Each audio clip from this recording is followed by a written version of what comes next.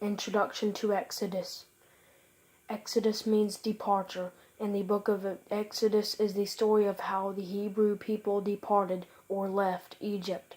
It also tells of the life and travels of Moses and the Hebrew people. Exodus begins after the death of Joseph. The Hebrew people have been forced to become slaves in Egypt. It was during this time that Moses, born a slave and raised a prince, was called by God to lead his people to freedom.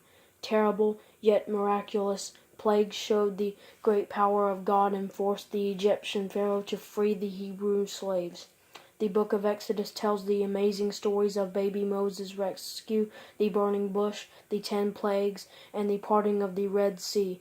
It also tells of the 10 commandments and how God came to live among his people. Who?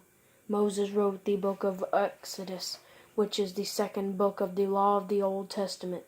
When? Moses would have written Exodus sometime after the tabernacle was completed in about 1445 BC and before his death in 1406 BC. Why?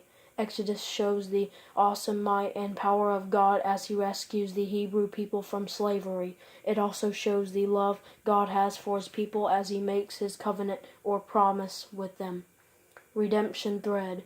The Israelites could not save themselves from slavery to the Egyptians. Only God can save them. In the same way, people cannot save themselves from sin. Only God can.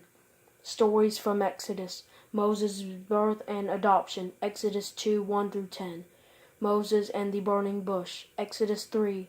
Moses confronts Pharaoh, Exodus 5:1-5.